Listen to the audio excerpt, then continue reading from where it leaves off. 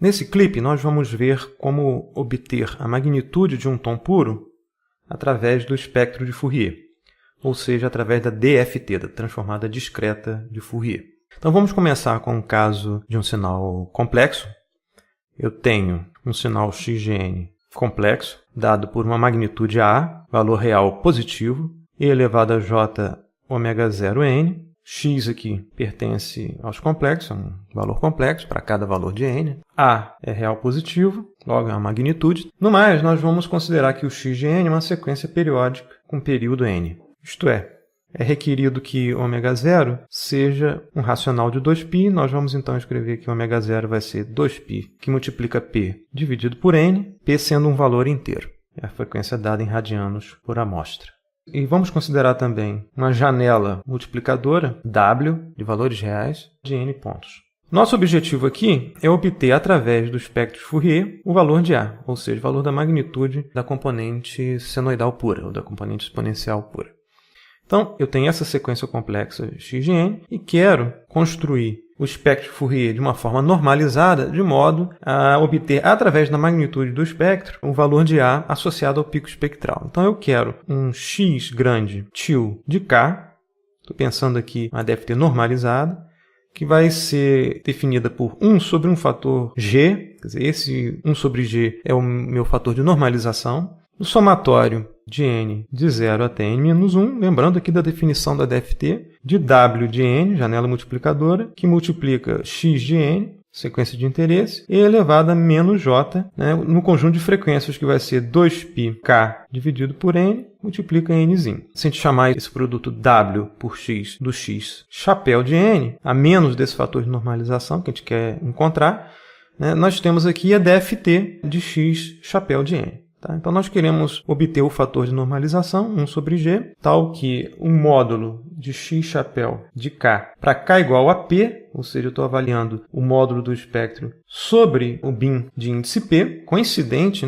com uma frequência do sinal de interesse, eu quero que isso seja igual ao valor A. De modo que eu consigo olhar no módulo do espectro do x chapéu de n o valor de A em cima do pico espectral associado. Então, esse é o problema posto. Tem uma sequência exponencial complexa pura, com frequência ômega 0, periódica, e quero obter o valor da magnitude A através do espectro de Fourier associado a essa sequência, espectro discreto de Fourier, medindo aqui o valor desse espectro em cima de k igual a p, ou seja, em cima do pico espectral associado à frequência ômega 0. Então vamos fazer o desenvolvimento. A gente tem aqui módulo de x chapéu de p, aplicando a definição que a gente usou aqui em cima, vai ser 1 sobre g, do somatório de n de 0 até n-1, de w de n, janela multiplicadora, sinal de interesse x de n, que é a que multiplica e elevado a j 2π p sobre n, que multiplica nzinho, vezes e elevado a menos j 2π k igual a p sobre n, que multiplica nzinho. Essas componentes exponenciais são complexos conjugados, então se cancelam para a unidade. Então a gente tem que A dividido por G em módulo, que multiplica módulo do somatório de n de 0 até n-1, de Wn, tem que ser igual a A. Como A também é magnitude, porque é um real positivo, e módulo de A é igual a A nesse caso, nós conseguimos encontrar que o módulo de G vai ter que ser igual a módulo do somatório de n de 0 até n-1 de W de n. Ou seja, G é igual a mais ou menos o módulo do somatório de n de 0 até n-1 de W de n. Então, dessa forma, a gente consegue obter qual é o fator de normalização. Se a gente quiser computar a transformada discreta de Fourier do sinal janelado, de modo que esse espectro avaliado em cima da componente espectral de interesse, em cima de ômega 0, tem a magnitude igual a A. Então, o fator de normalização é 1 sobre o somatório de n de 0 até n-1 de W de n em módulo. Muito bem, a gente viu o caso complexo. Para o caso real, suponha que x de n seja um tom cossenoidal puro, ou seja, x de n é igual a cosseno de ômega 0 n. Novamente, periódico com período n grande. Então, vai ter que satisfazer essa condição aqui. A gente lembra da expansão de cosseno em termos de exponenciais complexos. Isso vai ser A sobre 2 e elevado a j ômega 0 n, mais A sobre 2 e elevado a menos j ômega 0 n. E por linearidade, né, a gente encontra que o G, né, para obter através do espectro a magnitude A desse cosseno, vai ter que ser igual a mais ou menos o módulo do somatório de n de 0 até n-1 das amostras da janela, aqui dividido por 2. Vai dar conta aqui do A sobre 2, que multiplica a exponencial complexa, em contraposição ao A, que multiplicava a exponencial complexa no caso anterior. Então, a gente tem aqui qual é o fator de normalização, tanto para o caso de x complexo, como para o caso de x real. O que a gente vai fazer agora? A gente vai avaliar, né, o erro dessa estimativa de A através do espectro em função de alguns parâmetros da configuração de análise. Então, na simulação de MATLAB, a gente vai computar o erro entre o valor factual de A simulado e a estimativa de A, que a gente vai chamar de A chapéu, dado pelo módulo de x til avaliado em P. A gente vai avaliar o erro da estimativa em função do valor de n grande. A gente vai avaliar em função do tamanho da FFT em relação a n grande, ou seja, a gente vai avaliar o efeito do zero padding, né, do valor do tamanho da FFT, que na simulação a gente vai chamar de NFFT. Aqui a gente está supondo que o NFFT é maior do que o tamanho do bloco de análise, que é o mesmo tamanho da janela, ou seja, a gente está avaliando aqui a situação de aplicar ou não zero padding. A gente vai avaliar o efeito sobre o erro do tipo de janela. Pode avaliar, por exemplo, a janela retangular, tá? Contra a janela de Henning, e outras opções possíveis. Vamos avaliar também o erro em função da não periodicidade de x de n. Nesse caso aqui, a gente está supondo que a gente tem um sinal que é periódico e a frequência do sinal de interesse coincide, né, com uma das frequências da base de Fourier. Então, para a gente pensar num caso mais geral, a gente pode avaliar o erro da estimativa de A pensando num caso em que a frequência de interesse é de um sinal não periódico, dada por 2π, P mais um epsilon, dividido por n grande, com epsilon entre 0 e meio, tá? A gente está fazendo com que a frequência do sinal de interesse esteja entre as frequências dos bins da FFT. Então, por conseguinte, o sinal de interesse não é periódico, então a gente vai avaliar o que acontece, né, se a frequência do sinal não coincide, né, com uma das frequências da base de Fourier, da FFT ou da DFT. E por fim, a gente vai analisar o efeito sobre o erro de estimativa da localização de ω0 no espectro. Ou seja, a gente vai verificar qual é o comportamento do erro de estimação se o ω0 estiver em baixas frequências, tá? Em médias frequências ou altas frequências. Já dá para adiantar que no caso de um tom complexo puro, a localização da componente no espectro não vai fazer muita diferença, né? Porque você só tem uma componente espectral e mais nada. No caso de você ter uma sequência de valores reais, a gente tem duas componentes espectrais, a soma de duas exponenciais complexas, e a gente sabe, por propriedade do espectro de Fourier, que a gente vai ter um delta de Dirac em ω0, outro delta de Dirac em menos ω0, e esses deltas de Dirac vão deslocar, né, o espectro da janela, que seria o W grande, né, de K. Esse W grande de K vai ser deslocado para mais ω0, para menos ω0, a gente vai somar, né, por linearidade, esses dois espectros. Então, como a gente tem dois picos espectrais, né, quando esses dois picos espectrais estiverem próximos um do outro, por exemplo, em baixas frequências, a gente vai ter efeito de um pico espectral sobre o outro pico espectral. Então, isso vai afetar a estimativa de A. Esse item 5 vai ser pertinente para o caso em que x é uma sequência de valores reais. Então vamos ver um exemplo em MATLAB com a simulação da exponencial complexo de frequência ω0. A gente começa limpando as variáveis da área de trabalho, fechando as figuras, define a magnitude nominal igual a 10, define o tamanho da janela, que vai ser também o período do sinal de entrada, como n grande igual a 512, vai definir o tamanho da FFT, NFFT, nesse caso aqui igual a n, mas a gente pode aumentar o tamanho da NFFT em relação a n, ou seja, a NFFT vai ser maior ou igual ao valor de n. Vai definir a variável epsilon igual a meio, mas pode ser inicialmente igual a 0. Essa variável epsilon vai afetar a frequência de oscilação do sinal. A variável p vai estar relacionada ao índice da frequência do sinal de entrada, que vai ser dada por ω0 igual a 2π, que multiplica p mais epsilon dividido por n. Se epsilon for igual a 0, nós temos a condição de periodicidade atendida. ω0 é uma frequência que produz um sinal periódico se ela for um racional de 2π. Então, se p for um inteiro, epsilon igual a 0, então 2π que multiplica p inteiro dividido por n satisfaz a condição de periodicidade para ω0 produzir um sinal periódico, considerando a exponencial de j ω0n. Define a base temporal n, de 0 até n-1, que é o tamanho do bloco que a gente definiu antes, 512 amostras. Aqui a gente está definindo 512 para ser potência de 2, tá? E gera o sinal de entrada. X, que é o nosso sinal de entrada, vai ser igual a magnitude A, que multiplica a exponencial de J, aqui no MATLAB o J é 1i, que multiplica ω0, que multiplica a base n. Nós vamos definir o tipo de janela e o tamanho, né?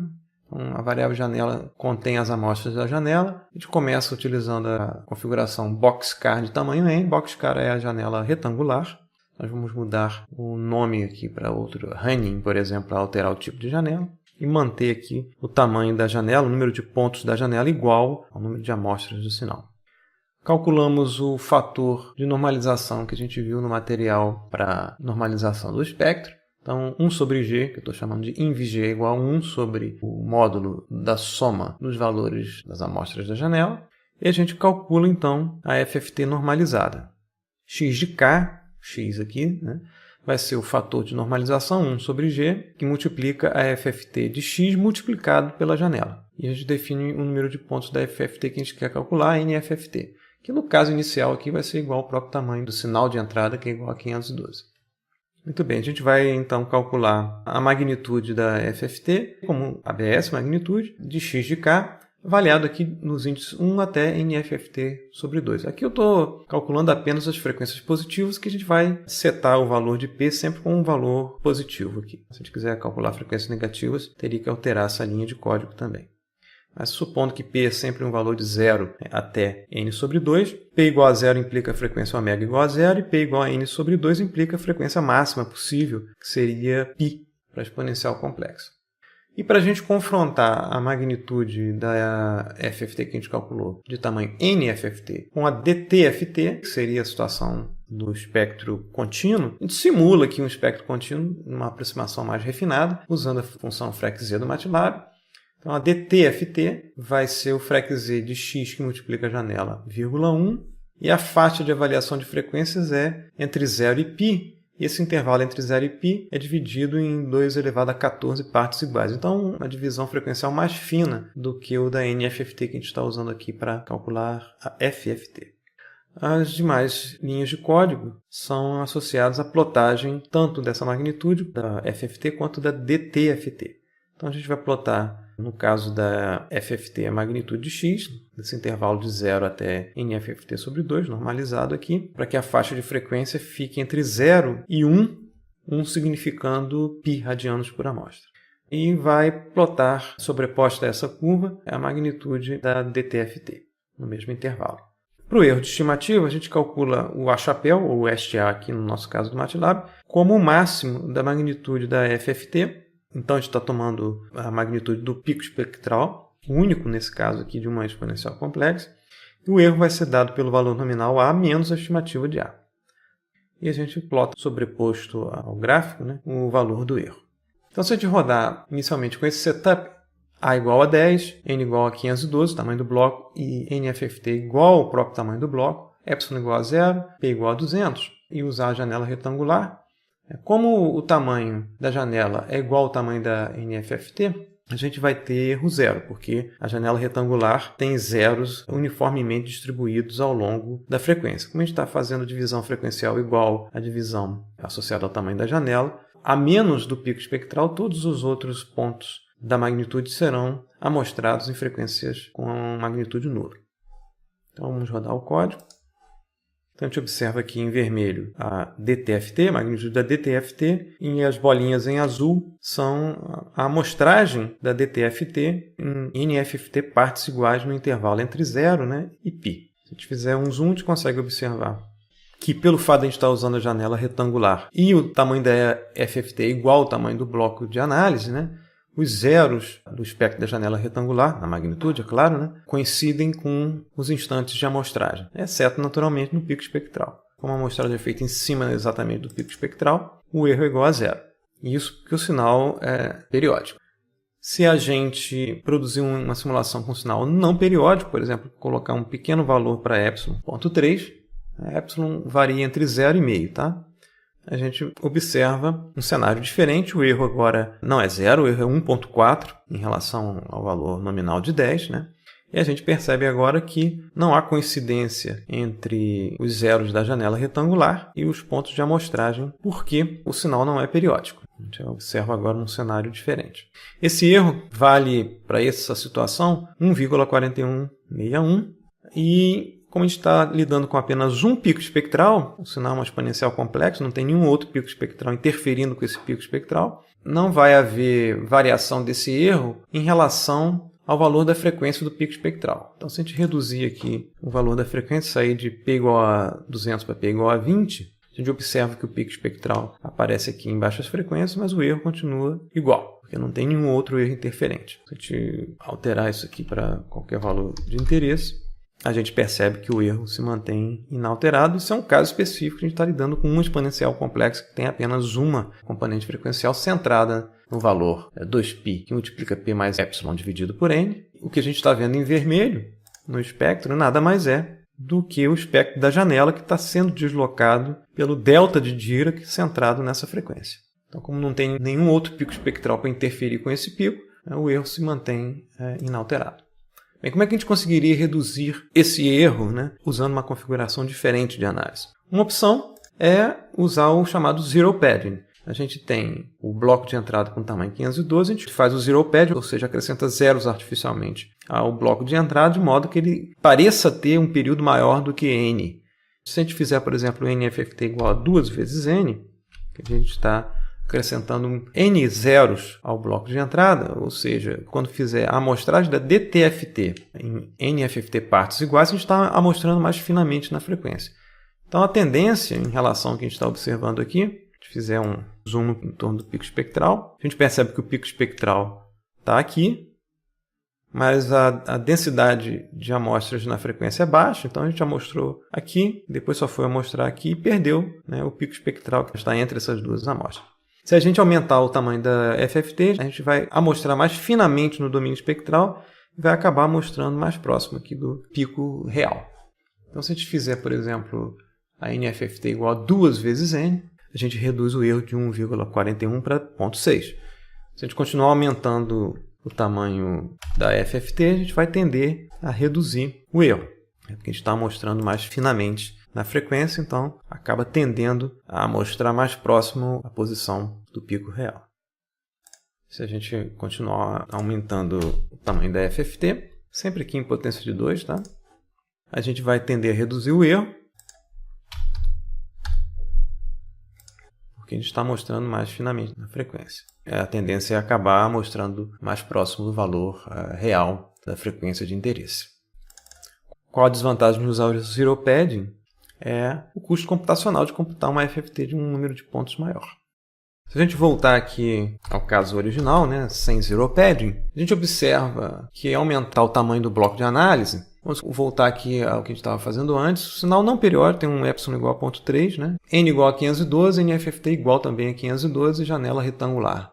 A gente obtém esse espectro, um erro de 1,41. Aumentar o tamanho do bloco de entrada, vamos multiplicar por 2, por exemplo, não altera o fator de erro. A gente só vai tornar a largura desse lóbulo central aqui mais fina. Como a gente só tem uma componente frequencial envolvida nesse caso, não vai fazer diferença nenhuma, porque apesar de a gente conseguir uma resolução frequencial maior ao aumentar o tamanho do bloco de entrada, o tamanho da FFT é igual ao próprio tamanho n. Então, nesse caso em particular aqui, não vai fazer diferença nenhuma o valor de n. Tá? O erro continua sempre igual. Se a gente tivesse uma situação com duas exponenciais complexas, uma próxima da outra, ao aumentar o valor de n, aumenta a resolução frequencial e eu conseguiria possivelmente resolver duas componentes frequenciais muito próximas entre si.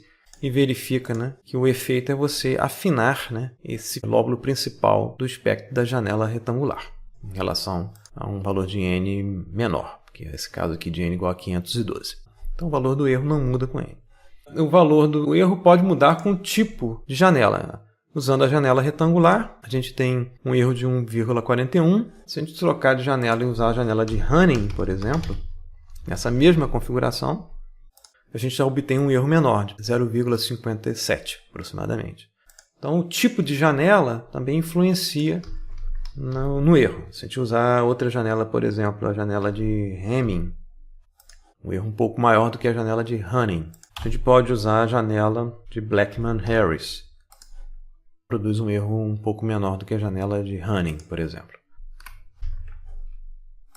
Então, o tipo de janela afeta o valor do erro. O valor de epsilon também afeta o valor de erro, né? Se o epsilon é igual a zero, a coincidência entre o pico real de um sinal periódico com um bin da FFT. Então, o erro é igual a zero, independentemente do tipo de janela envolvida. Okay? Existe uma tendência do erro aumentar em função do aumento do epsilon entre 0 e meio. Então, se a gente coloca epsilon igual a 0,1, o erro é 0,07.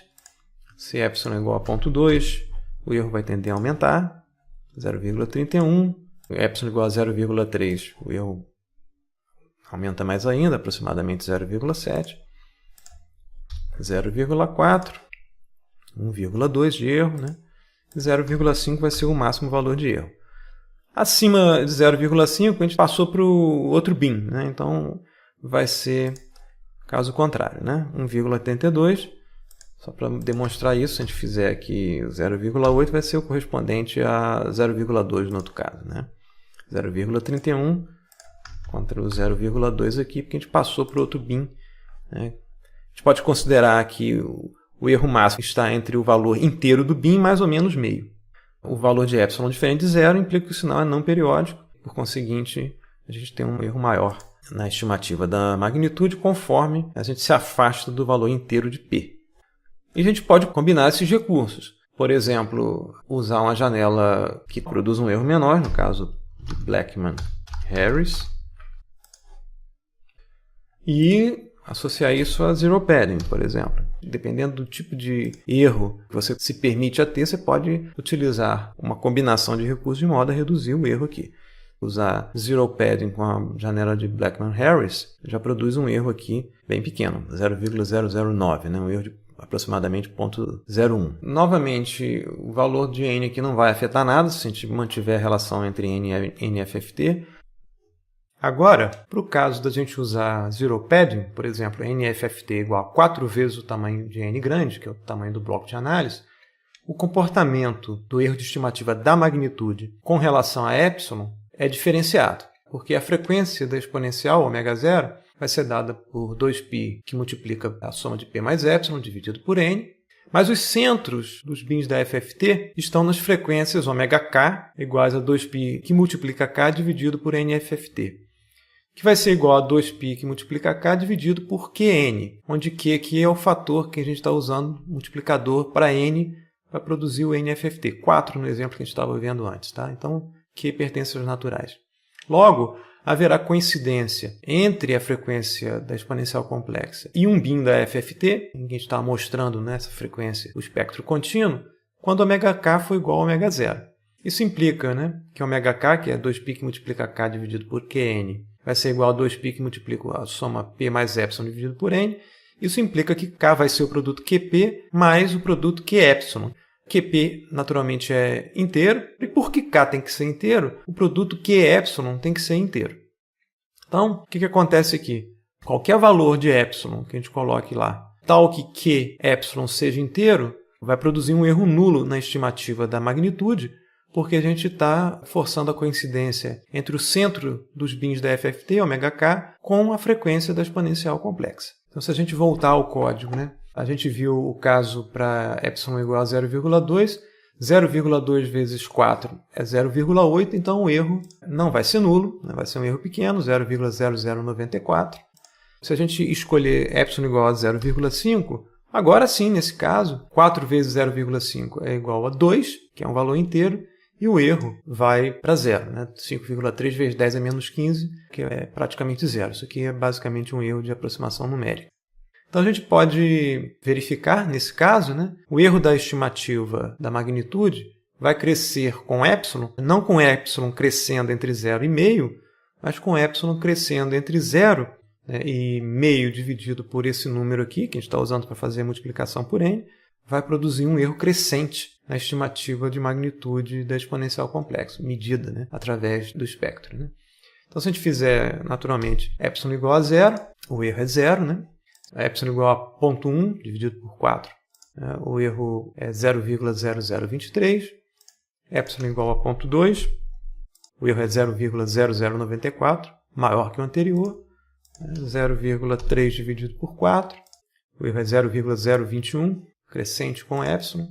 Para epsilon igual a 0,4 dividido por 4, o erro é 0,037. E, finalmente, para epsilon igual a 0,5 dividido por 4, o erro chega a 0,058, é maior do que o anterior. E se a gente continuar aumentando, o erro vai começar a diminuir, porque o ponto de simetria do erro é 0,5 dividido por 4, no caso pelo fator que a gente está escolhendo aqui para fazer o zero pad. Se a gente modificar o código aqui e colocar como a gente fez lá, escolher Q igual a 4, como a gente viu no slide, isso ficaria dessa forma, 0,5 dividido por Q produziria o maior erro na estimativa de magnitude. Qualquer valor acima ou menor do que esse ponto de simetria vai produzir um valor de erro menor. 0,021 deve ser similar a esse caso aqui.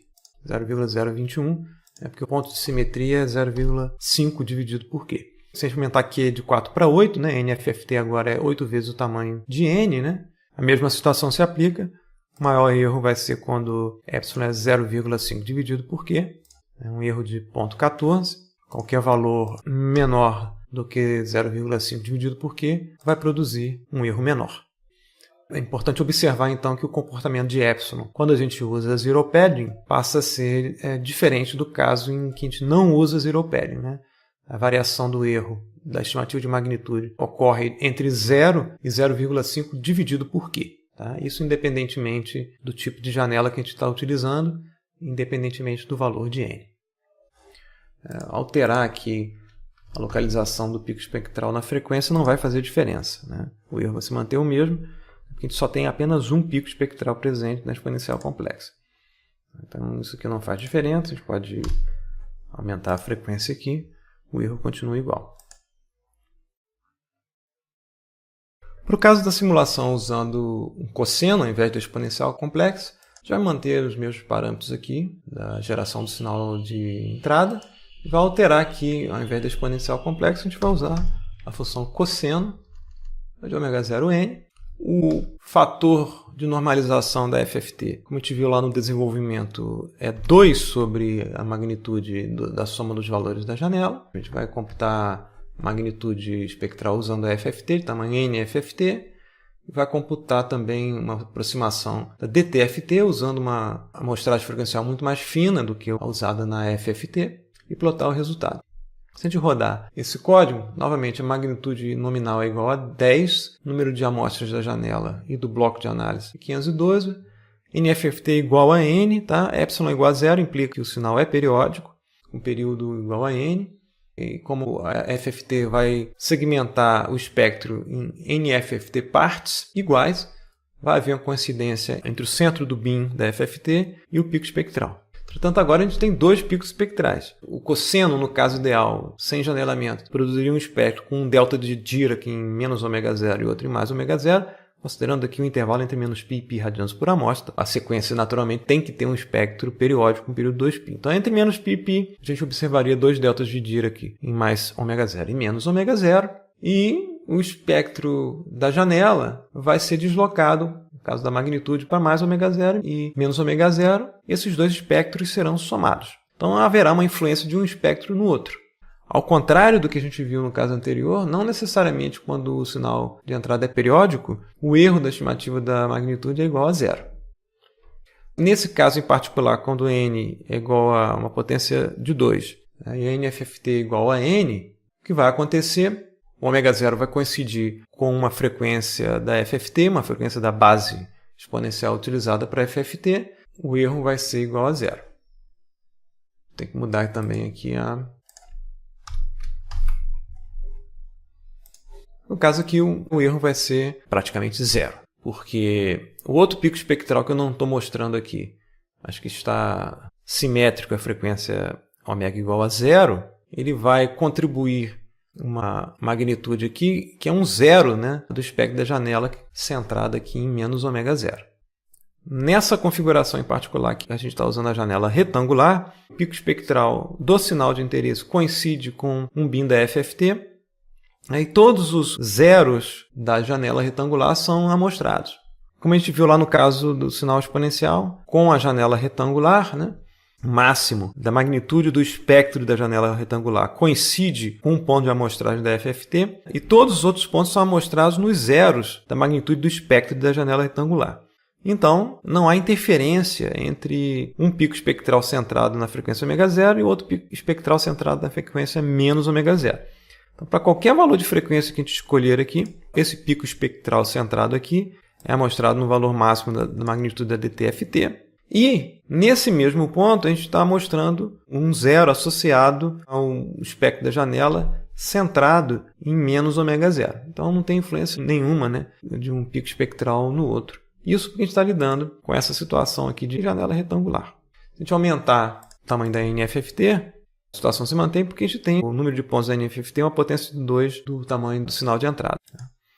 Se a gente mudar o tipo de janela, usar a janela de Hanning, por exemplo, essa situação não se mantém. Agora a gente tem um erro da ordem de 1,6 vezes 10 a menos 8. E se a gente reduzir aqui a frequência, esse erro vai aumentar, né? Porque a gente tem uma influência maior de um pico espectral em relação ao outro pico espectral, ou seja, os lóbulos laterais dessa janela aqui, centrado em menos ω0, vão interferir com a magnitude desse pico espectral aqui. Então, quanto mais próximo a gente trouxer o pico espectral para zero, maior, né, vai ser o erro que a gente vai observar aqui na estimativa de magnitude.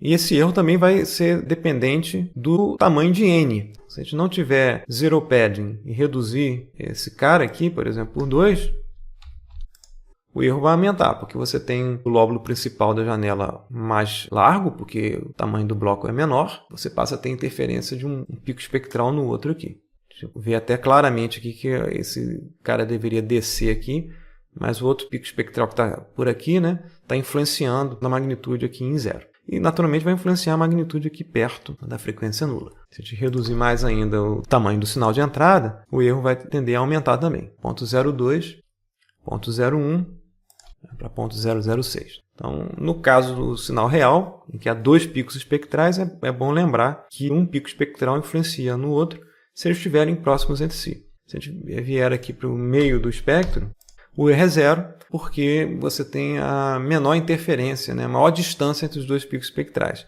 Um está aqui em meio π e outro está em menos meio π. Se a gente continuar aumentando o valor da frequência, a gente vai lembrar que esse cara aqui é igual a π, vai ter um outro pico espectral centrado em 2π radianos por amostra, que vai produzir um pico espectral do lado de cá, acima de 1, né? E vai influenciar também no erro de magnitude. Então, se a gente colocar lá em altas frequências o pico espectral, 255, por exemplo, a gente observa um erro maior do que zero, né? Que é similar, né, ao erro quando a gente colocou P igual a 1 aqui. 0,0064. Se a gente colocar P igual a 1, P igual a 1 é o mesmo erro, devido à simetria do espectro em relação a ω igual a zero e a repetição do espectro, né, de 2π em 2π. Então, a melhor situação é quando você tem, no caso de um sinal real, a frequência do pico espectral no meio do espectro. Meio π. Se a gente aumentar aqui, sair um pouquinho, você vai ter um erro pequeno, né? Mas o erro vai tender a crescer nessa direção. A gente está aqui com 1,1 vezes 10 a menos 10, né? 5,71 vezes 10 a menos 7. Né? O erro tende a ser zero aqui no meio do espectro. Tende a crescer tanto nessa direção quanto nessa direção, e isso é devido à interferência de um pico espectral com o outro. Vamos colocar P igual a 10 e vamos colocar aqui um sinal não periódico, né? Com epsilon igual a 0,4. Então a gente vai ter um erro relativamente alto, porque o sinal é não periódico, então a amostragem não vai coincidir aqui com os zeros da função de janelamento. No caso aqui a gente está usando uma janela retangular, mas o sinal não é periódico, você tem um erro de 2,5 aproximadamente. Como é que a gente pode reduzir esse erro? Com os mesmos recursos que a gente usou antes, né? Zero padding é uma forma de reduzir o erro. Saiu de um erro de 2,5 para 0,2 aproximadamente. Outra forma é alterar o tipo de janela. janela de Henning em relação à janela retangular. Reduzir um pouco mais o erro, 0,06 no caso da janela de Henning, para 0,19 no caso da janela retangular. Tá? Usar a janela de Blackman-Harris. Produz um erro ainda menor, 0,03 ao invés de 0,06 no caso da janela de Henning. Então, alterar o tipo de janela afeta o erro. Usar zero padding tende a reduzir o erro. A gente aumentar mais ainda aqui o zero padding. A gente tem aqui no caso um erro de 0,03. Você pode tender a reduzir mais ainda o erro, 0,002. Está mostrando mais densamente na frequência. E há também a variação do erro na estimativa de magnitude em função do valor de epsilon. A gente pode fazer da mesma forma que a gente fez para o caso da exponencial complexa. Definir aqui um fator Q associado ao zero padding, por exemplo, 16. Substituir aqui o 16 por Q. E, como a gente viu no caso da exponencial complexa, o erro vai aumentar quando epsilon varia de 0 até, no máximo, meio dividido por Q. Mesma ideia que a gente viu no caso da exponencial complexa. Então, para a gente verificar o efeito da variação do erro em função de epsilon, podemos começar com epsilon igual a 0. É o caso do sinal periódico. Tá? Vamos manter aqui a janela de Blackman-Harris para manter o caso anterior. Zero padding com um fator aqui de 16, ou seja, NFFT é igual a 16 vezes o valor N, que é o número de amostras, que é o tamanho do bloco de entrada. Nessa configuração, em baixas frequências, P igual a 10, a gente tem um erro em módulo de 3,5 vezes 10 a menos 6. Se a gente aumentar o epsilon para 0,1 dividido por Q, o erro tende a aumentar, um erro de 0,00014 para epsilon igual a 0,2 dividido por Q. O erro vai para 0,00058, portanto um erro maior, né? E o erro vai crescendo até chegar em meio dividido por Q, que é o maior valor de erro. Para epsilon igual a 0,3 dividido por Q, o erro de 0,0013. Para epsilon igual a 0,4 dividido por Q, o erro é 0,0023. Finalmente, para epsilon igual a 0,5 dividido por Q, o erro é máximo igual a 0,0036. Se a gente continuar aumentando o epsilon aqui, a gente vai passar para o outro bin de amostragem da FFT, né, e o erro vai começar a reduzir. Por exemplo, o erro associado a 0,2Q, que é 0,00058, vai ser igual ao erro obtido quando epsilon é igual a 0,08 dividido por Q. 0,00058. Então, o ponto de simetria em relação ao erro é 0,5 dividido por Q, sendo esse ponto o valor em que o erro é máximo. Então, é a mesma ideia que a gente viu antes no caso da exponencial complexa, aqui com o agravante de que a localização do pico espectral na frequência, ou seja, o valor de P, não somente o valor de epsilon, mas também o valor de P, vai afetar o erro final associado à estimativa de magnitude. Então, para concluir, a gente fez a análise aqui tanto do sinal exponencial complexa com frequência ω0 quanto do sinal cossenoidal e verificou aqui a influência no erro de estimativa da magnitude feita através da magnitude do espectro de Fourier, em função do sinal ser periódico ou não periódico, em função do tamanho do bloco de entrada, em função do número de pontos da FFT, e verificou basicamente que a diferença entre o caso exponencial e o caso cossenoidal é que para o caso cossenoidal, como a gente tem dois picos espectrais, haverá uma influência de um pico espectral no outro pico espectral, e dessa forma a localização do pico espectral no espectro altera o erro de estimativa da magnitude, o que não acontece no caso exponencial, uma vez que a gente tem apenas um pico espectral.